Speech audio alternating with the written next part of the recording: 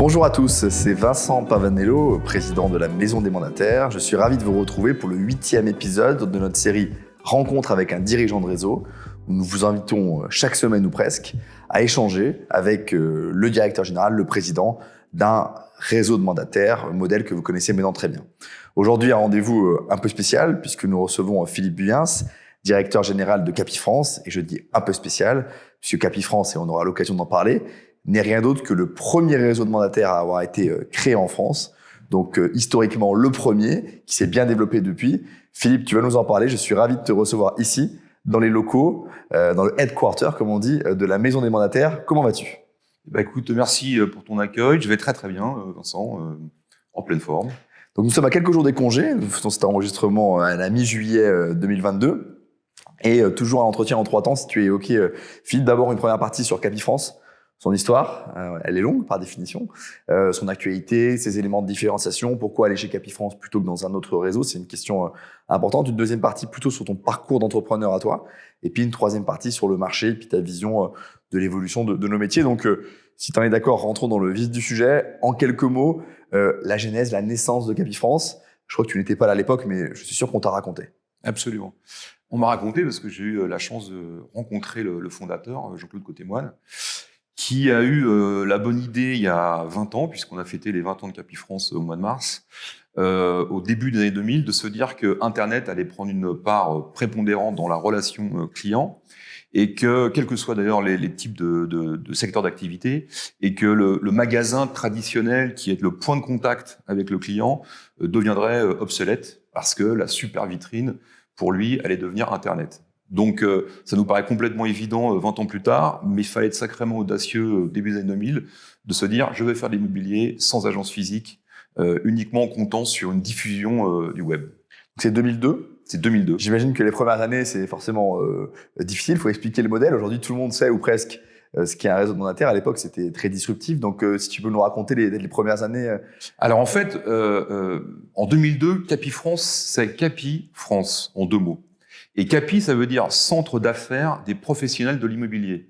C'est-à-dire que l'idée du fondateur, c'est de dire, on n'a pas besoin d'agences physiques, mais on a besoin d'un espace pour se retrouver, une sorte de coworking avant l'heure là aussi, avec des conseillers 100% indépendants. Donc, il fait aussi un deuxième choix, c'est de dire, je veux pas de salariés, je veux que des entrepreneurs, comme moi, comme lui.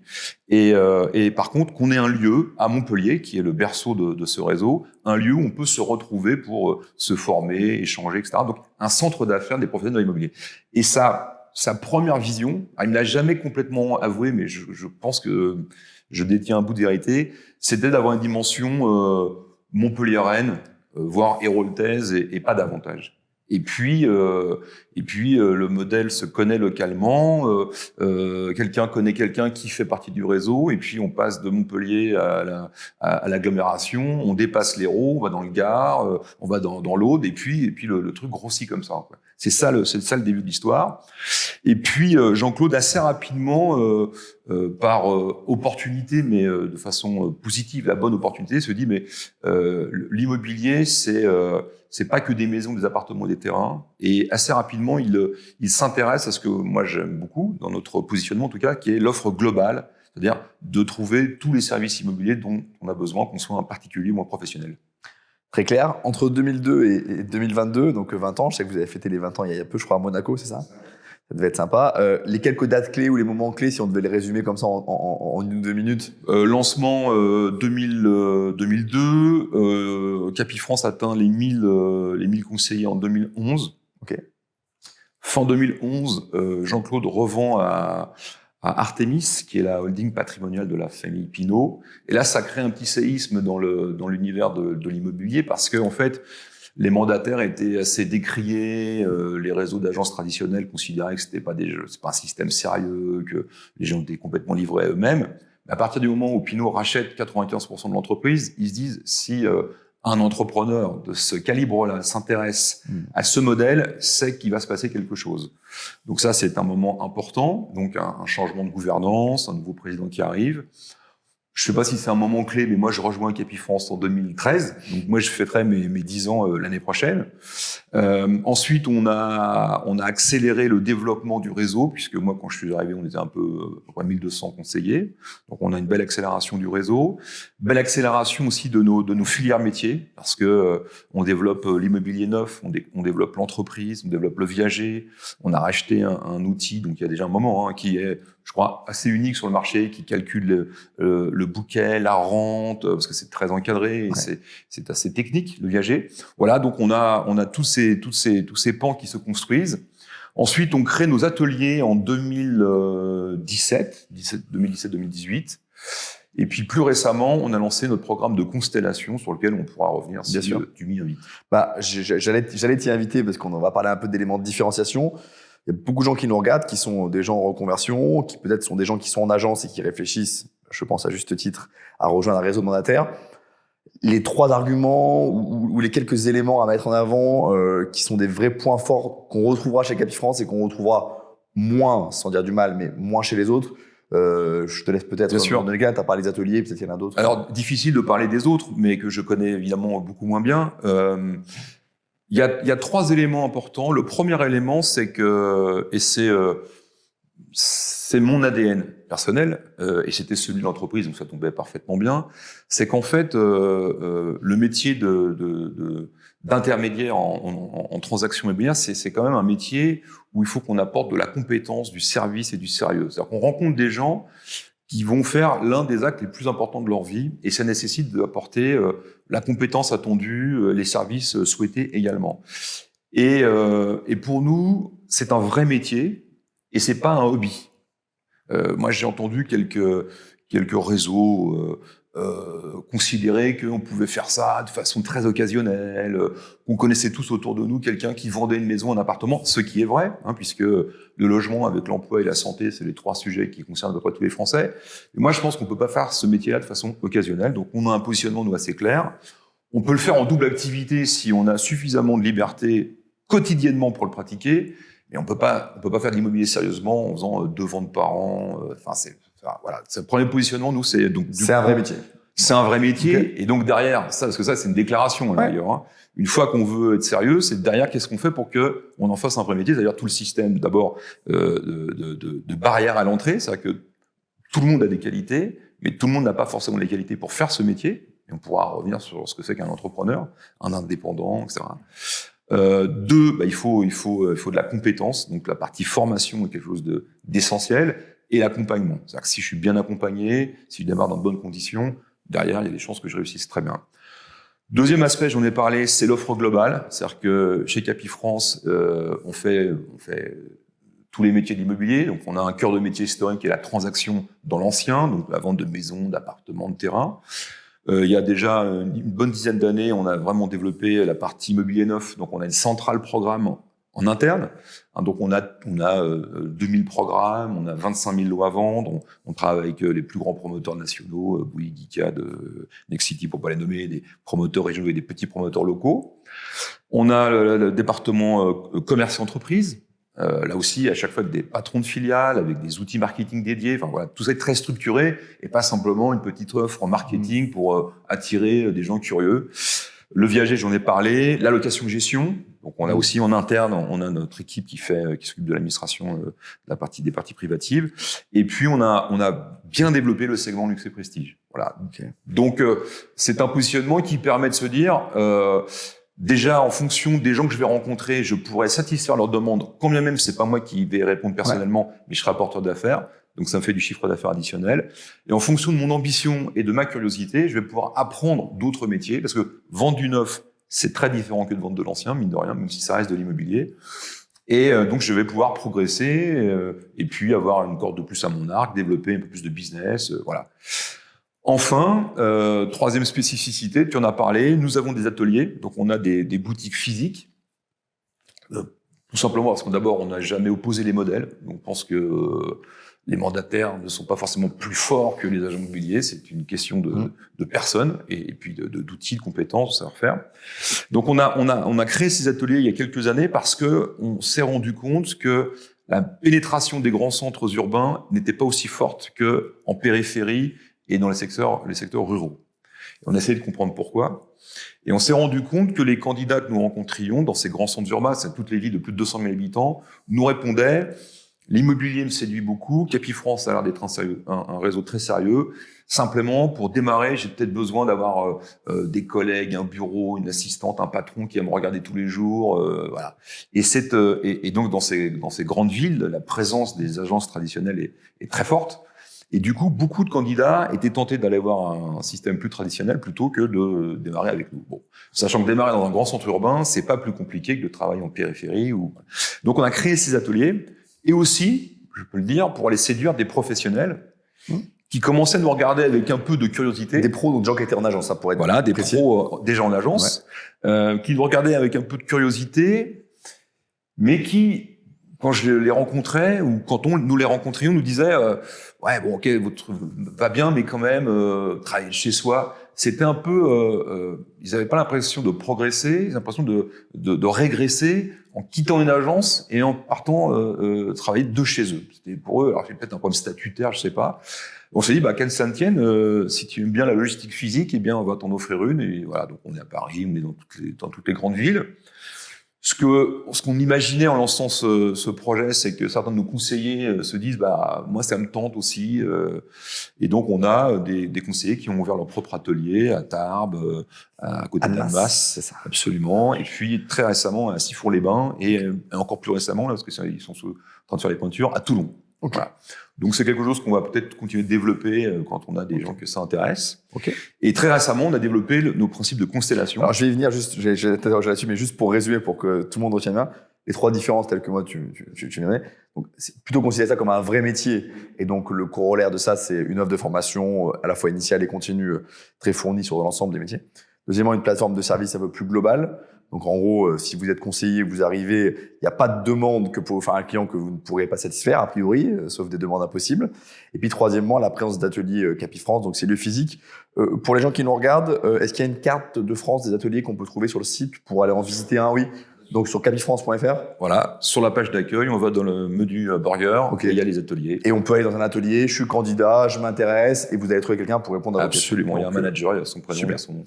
Donc, bah, la question, effectivement, je viens donc sur les constellations, peut-être aussi là pour expliquer ma lecture de les constellations, mais tu vas peut-être me contredire. Il y a d'un côté des réseaux qui ont un système de marketing de réseau très, très, très développé, 6, 7, 8, 9 niveaux.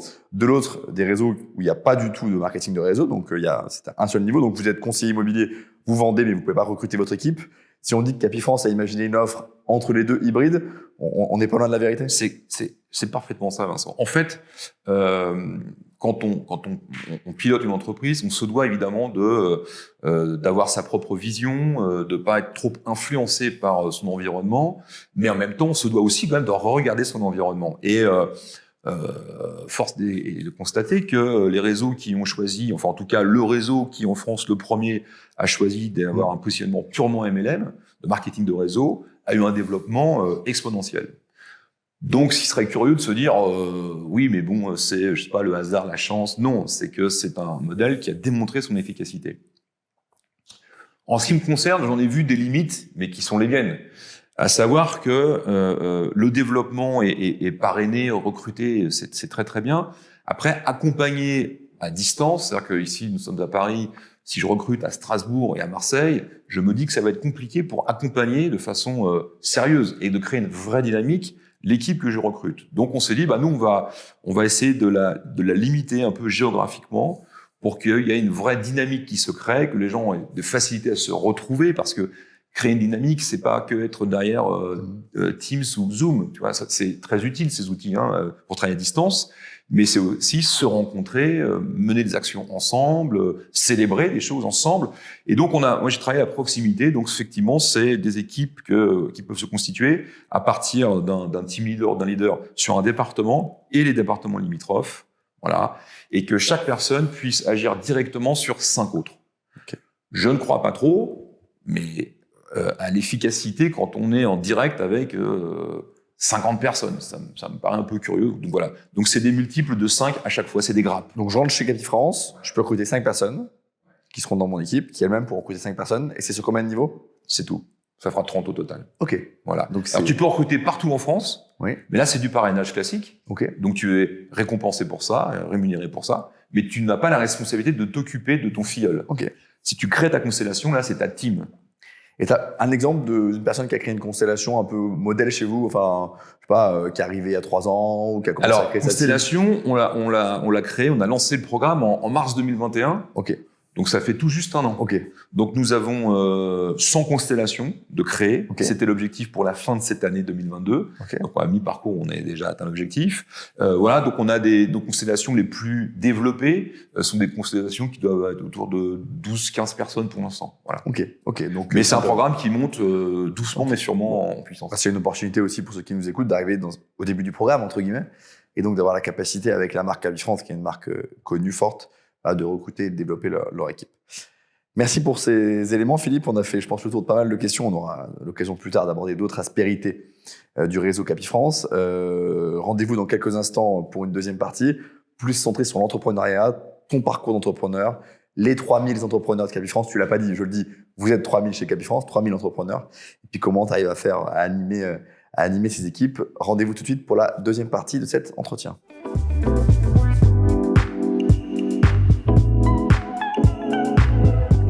Nous sommes de retour dans la deuxième partie de notre entretien avec Philippe Buyens, directeur général de Capifrance. La deuxième partie que vous connaissez bien, que vous appréciez, je crois, où on parlera davantage de ton parcours d'entrepreneur, ce que tu as appris au fil de toutes ces années d'entrepreneuriat, sans te faire injure. Tu as une expérience et des expériences d'entrepreneur. Et puis, je pense que c'est encore plus important, comment tu essaies d'infuser ces valeurs au sein de ton réseau, qu'on pourrait qualifier, comme les autres réseaux, d'un grand incubateur d'entrepreneurs avec 3000 indépendants qui travaillent au sein du réseau Capifrance et qui ont des problématiques d'entrepreneurs au quotidien. Donc, peut-être d'abord un point sur ton parcours à toi, Philippe. Tu en as dit un mot, hein. On comprend que tu as eu une expérience immobilière en agence avant d'être dans un réseau. Est-ce que tu peux nous en dire un mot Bien et sûr. puis de ce que tu as fait dans ta vie? Totalement. Alors moi, j'ai un long parcours dû à mon grand âge en immobilier. J'ai commencé dans les années 80, donc voilà, il n'y a pas d'internet, il n'y a même pas d'informatique dans les agences immobilières. Et j'arrive dans une agence complètement par hasard. Moi, ce qui m'intéressait, c'était la vente. J'étais passionné de vente. Donc, on m'a proposé de vendre des maisons. J'ai dit pourquoi pas. J'aurais pu peut-être vendre autre chose. Et le hasard des rencontres a fait que j'ai croisé le chemin de 3 personnes, de 2 frères et d'un ami, Patrick Michel Kider et Joël Kider, et de Bernard de Crémier, qui étaient frères et amis d'enfance. Et moi, j'ai une vingtaine d'années, un peu plus. Eux, ils ont à peine 30 ans. Et ils viennent de créer leur première agence immobilière. Et ils ont une vision immédiatement qui est de créer une marque nationale. Alors qu'ils démarrent dans le sous-sol de la maison de leur maman.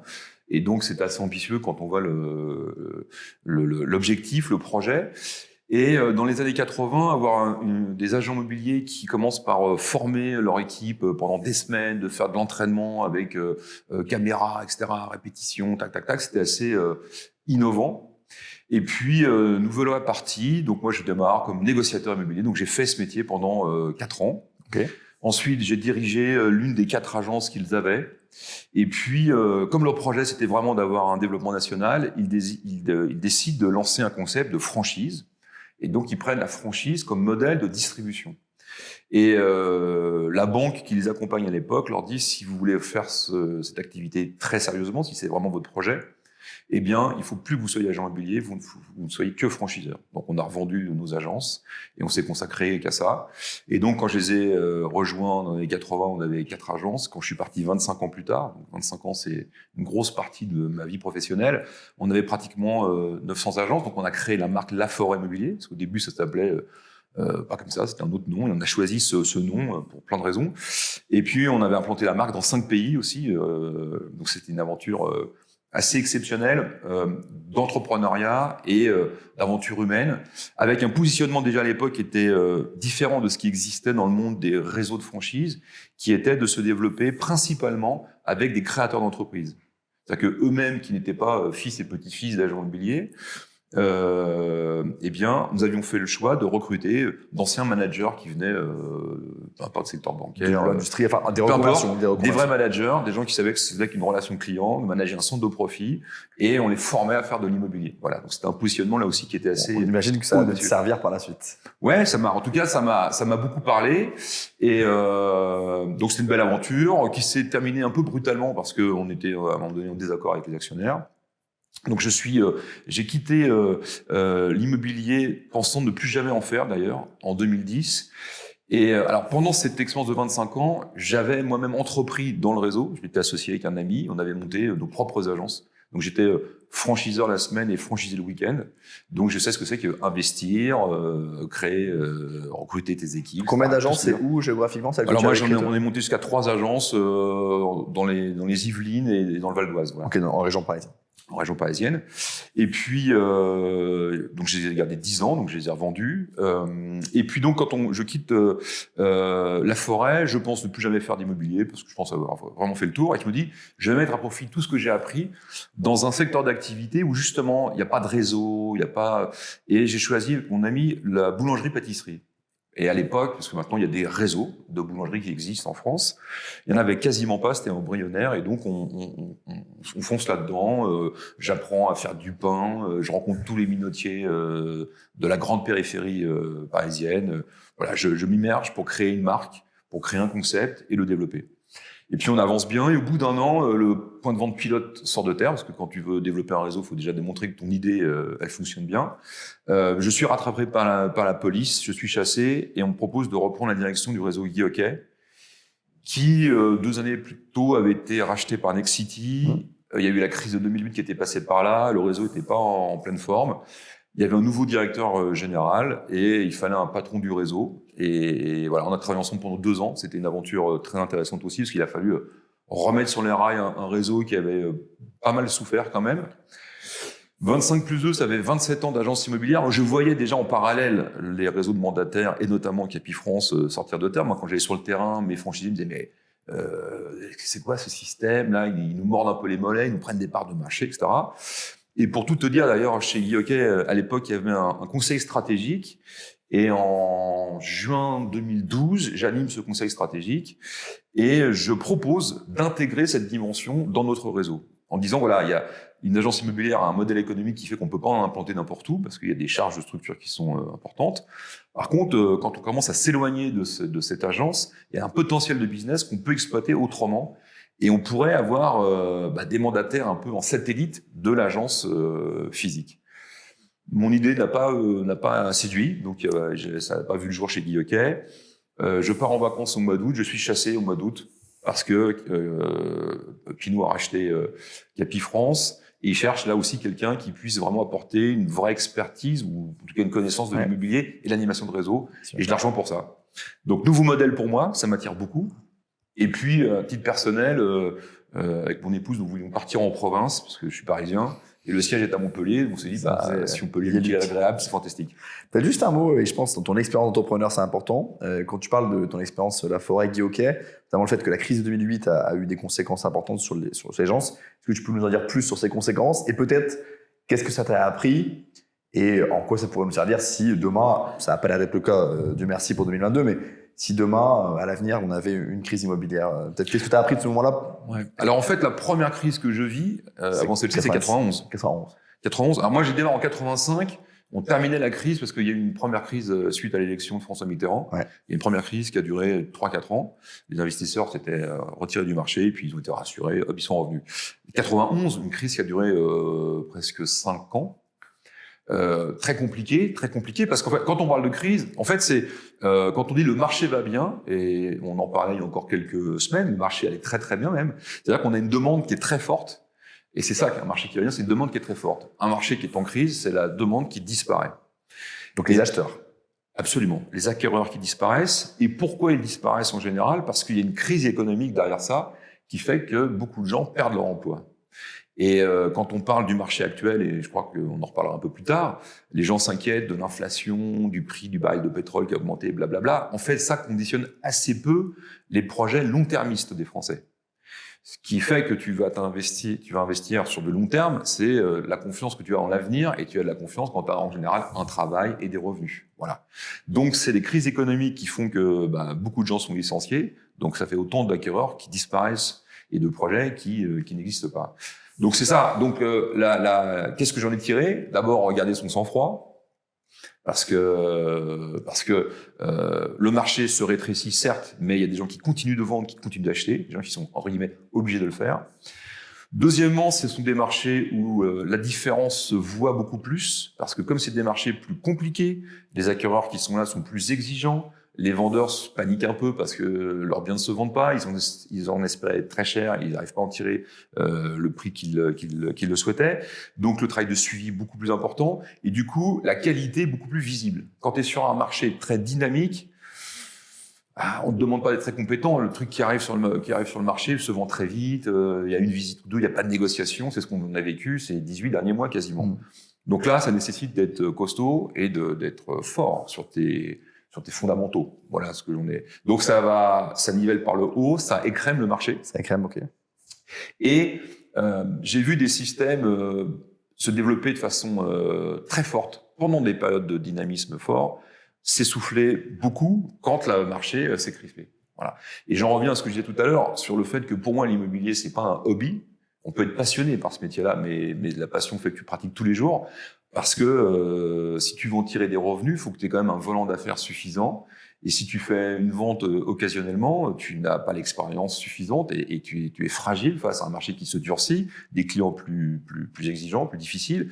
Et donc, dans ces cas-là, tu disparais, quoi. Donc c'est pour ça que je suis un peu un taliban sur le côté. C'est un métier sérieux, il faut faire avec de la compétence. La législation a quand même beaucoup évolué aussi. Bon, voilà. C'est clair. Donc, on a parlé plutôt de résilience face à la crise, mais encore une fois, on la voit pas encore tout de suite. Donc, revenons à des choses peut-être plus positives. Peut-être les 2 ou 3 valeurs ou vraiment les qualités que tu as trouvées chez les entrepreneurs avec qui tu as travaillé. Et là, encore une fois, si on s'adresse à des gens en reconversion qui parfois sont des anciens salariés, qui demandent est-ce que je suis fait pour ce métier d'indépendant en immobilier et chez Capifrance, sur quoi il va falloir que je travaille. Voilà, pour toi, c'est quoi les quelques grandes valeurs et qualités allez. Alors, avant de parler de qualité, parce que je pense pas que ça en soit une,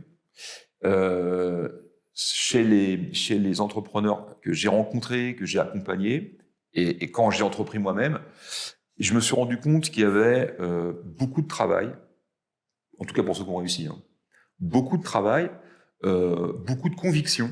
C'est-à-dire que je crois en mon projet et je m'engage et j'y vais. Et je lâche pas dès que je rencontre la première difficulté. Et c'est là que je voulais parler d'un point commun que je trouve, hein, et qui n'est pas une valeur, c'est l'insouciance. C'est parce que tu ne sais pas tout que tu le fais. Moi, quand j'ai lancé ma propre entreprise, je savais même pas ce que c'était qu'un plan de trésorerie, tu vois. 5 ans plus tard, ça me paraissait inconcevable. Inconcevable. Enfin, je savais ce que c'était, mais je l'ai complètement minoré, quoi. Complètement minoré. Et j'en ai parlé avec d'autres entrepreneurs. En fait, ils ne savaient pas ce qu'ils allaient découvrir. S'ils l'avaient su, peut-être que ça leur aurait freiné. Et c'est ça qui est aussi très intéressant. C'est qu'il faut, cette dose d'insouciance, te fait faire des choses que tu n'aurais pas fait si tu étais plus compétent et plus informé sur le sujet. Et dans le cas d'un futur conseiller, d'un futur mandataire, ça se matérialise comment, cet impératif d'insouciance? En fait, par exemple, parce que c'est une question qu'on nous pose souvent, il y a des gens qui nous disent, est-ce que je dois passer un BTS? Est-ce que je dois faire? Non. On leur répond, on a notre modèle est prévu pour vos profils. C'est-à-dire que vous ne connaissez pas l'immobilier, c'est pas grave. Ce qu'il faut, c'est alors des qualités d'autonomie. Parce que être mandataire immobilier, ça a plein de vertus, plein de qualités, de liberté. Et ça, c'est quelque chose de très chouette. Simplement, c'est aussi se retrouver seul face à soi-même. Faut pas l'oublier. Malgré tout le dispositif que peut t'apporter ton réseau, à un moment donné, quand tu rentres de formation, tu rentres et face à toi-même, face à ton ordinateur quand même. Hein. Donc là, il faut de l'autonomie, il faut du travail. Là aussi, je retrouve dans les développements, dans le développement de Capifrance et puis je pense de grands réseaux, ce que j'ai connu quand il y a eu l'essor des réseaux de franchise, c'est qu'à un moment donné, certains entrepreneurs pourraient se méprendre sur l'apport de l'enseigne. L'enseigne t'apporte beaucoup de choses, mais ne travaille pas à ta place, jamais. Je le dis souvent, la boîte à outils de notre numéro 1 est la même que ceux qui n'y arrivent pas. C'est exactement la même. C'est ce qu'on dit toujours dans notre émission que l'on suive sur Rencontre dans la tête d'un top vendeur. On va bientôt d'ailleurs interviewer un top vendeur de chez Capifrance, il y en a beaucoup. Il n'y a pas de secret de sauce, hein. C'est des méthodes, des outils en fait, qui sont accessibles à tous. Donc merci de le rappeler. Dernière question de cette deuxième partie, puisque l'heure tourne. S'il y avait un entrepreneur à citer en exemple qui t'a inspiré, ce serait lequel? Alors ils sont deux. C'est avec eux que j'ai travaillé le plus longtemps. Patrick Michel Kider et Bernard de Crémier, qui ont été un peu mes mentors, avec des personnalités très différentes. Donc les fondateurs de l'enseigne La Forêt. Les fondateurs de La Forêt, absolument. Et parce qu'ils avaient une vraie vision. Ils ont beaucoup travaillé, ils ont pris beaucoup de risques. On a vécu des moments très compliqués d'association, de franchise, etc., qui pouvaient tout remettre en question. Et cette abnégation, cette capacité aussi à former une équipe forte, parce que les entrepreneurs tout seuls n'y arrivent pas. À un moment donné, il y a des tailles critiques qu'il faut savoir passer, il faut savoir très bien s'entourer, et les meilleurs savent très bien s'entourer. Voilà, ce sont eux qui m'ont beaucoup inspiré. Merci pour cet exemple. Vous pourrez taper les noms sur Internet pour vous renseigner. Rendez-vous, on vient de terminer cette deuxième partie. Rendez-vous dans quelques instants pour la troisième et dernière partie de cet très agréable entretien avec toi, Philippe, sur ta vision du marché. On est mi-2022, donc attention à ce que tu vas dire sur la fin de l'année, on pourra contrôler. Et puis ta vision plus long terme de l'évolution de notre métier de mandataire. C'est quoi un mandataire dans 5 ans, dans 10 ans, dans 15 ans? Une autre question très facile pour toi et pour tout le monde. À tout de suite.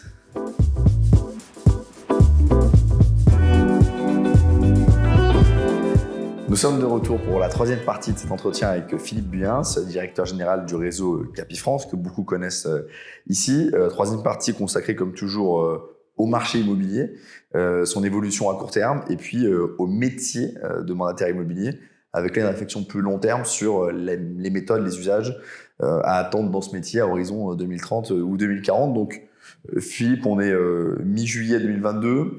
J'allais dire, la catastrophe annoncée n'a pas eu lieu encore, au sens où le premier semestre, puisqu'on arrive maintenant au bout, reste un trimestre dynamique en termes de transactions, pas au niveau de 2021, mais quand même dynamique.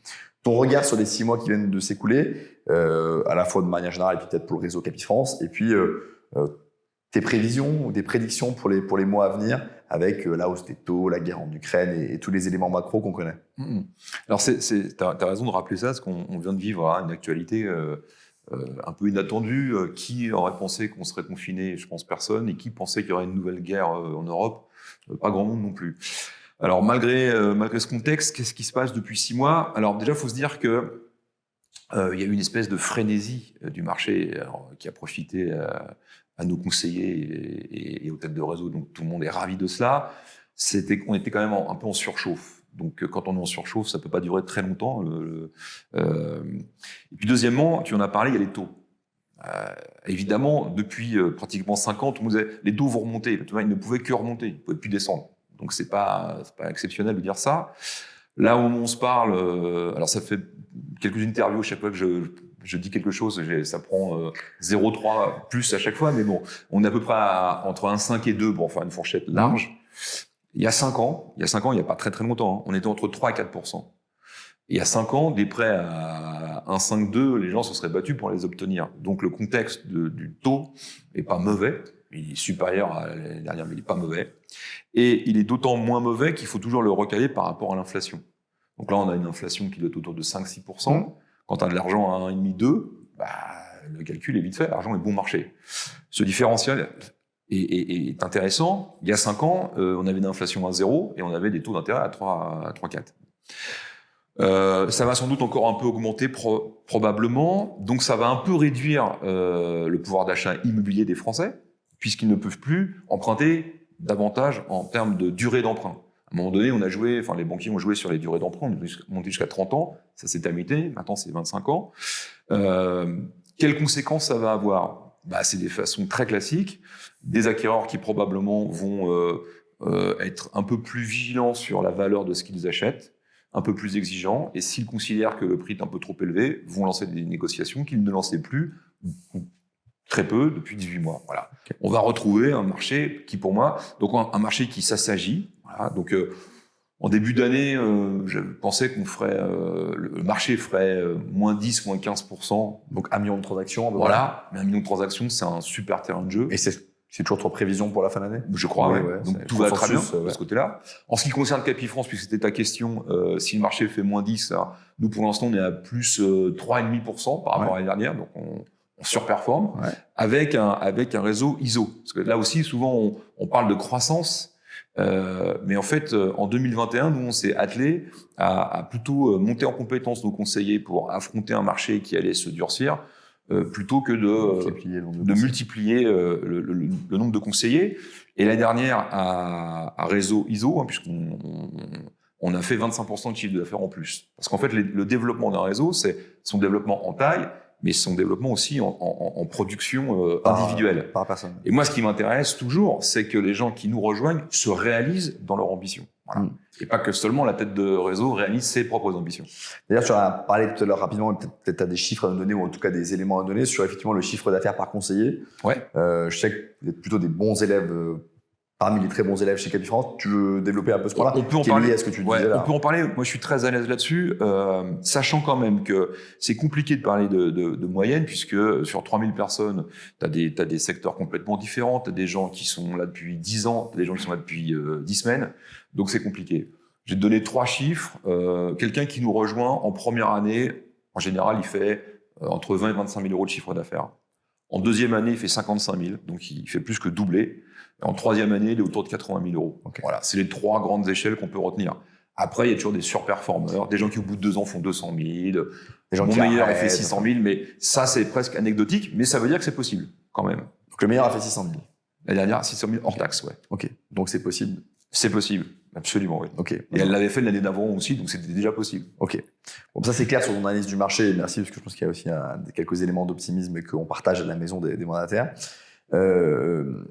Comment tu vois dans ce marché-là à court terme, où les acheteurs vont renégocier, mais aussi à long terme avec toutes les évolutions sociétales qu'on peut attendre, le rôle d'agent immobilier, de mandataire immobilier évoluer, encore une fois à court terme, à long terme, et c'est quoi un agent immobilier, un mandataire dans 15 ans? Alors, à 10-15 ans, c'est une question à laquelle je ne répondrai pas parce que je vais forcément me tromper, je crois. Je pense qu'il y a deux dimensions. La première dimension, c'est un petit slogan que j'avais développé en interne, qui est de dire que pour moi, l'immobilier, c'est un sport individuel. C'est-à-dire qu'il faut d'abord compter par soi-même pour réussir, qui se pratique en équipe. Parce que souvent, la solution, tu l'as chez ton collègue, ton voisin, ton collègue de ton propre réseau ou ton collègue d'un réseau confrère. Donc, je pense que la partie collaborative de ce métier est très importante.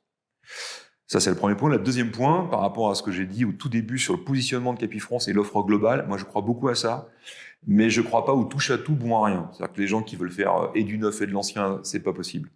Donc, je pense qu'il faut être un hyper spécialiste, entouré de spécialistes aussi. C'est-à-dire que je me positionne, je fais du neuf, mais je suis capable de traiter une demande de l'ancien. Je fais venir mon spécialiste de l'ancien, mon spécialiste en viager. Je crois beaucoup à ça. Parce que les gens sont surinformés aujourd'hui. Internet, tu tapes tout ce que tu veux, tu as la réponse à tout. Pas toujours la bonne réponse, mais tu as quand même beaucoup de réponses. Donc on a des gens très informés, compétents, et qui attendent de nous une vraie valeur ajoutée. Voilà, donc je pense que c'est des métiers qui vont se spécialiser de plus en plus en apportant des solutions globales. Voilà ma vision pour les années qui viennent. Bon, et comment Capifrance se prépare à ça? Sur la vision globale, tu en as déjà ça fait un moment qu'on est dessus. La vision globale, ça veut dire... accompagner nos conseillers sur un vrai projet. Encore une fois, un entrepreneur a une vision, il a un projet. Donc, il faut qu'on soit sûr. D'ailleurs, on a un petit test sur le site de recrutement Capifrance pour que les gens sachent s'ils sont faits pour faire plutôt du neuf, plutôt de luxe et de prestige, plutôt travailler en atelier. Il y a des gens qui sont faits pour travailler en équipe, dans une boutique, et d'autres pas du tout, qui ne le veulent absolument pas.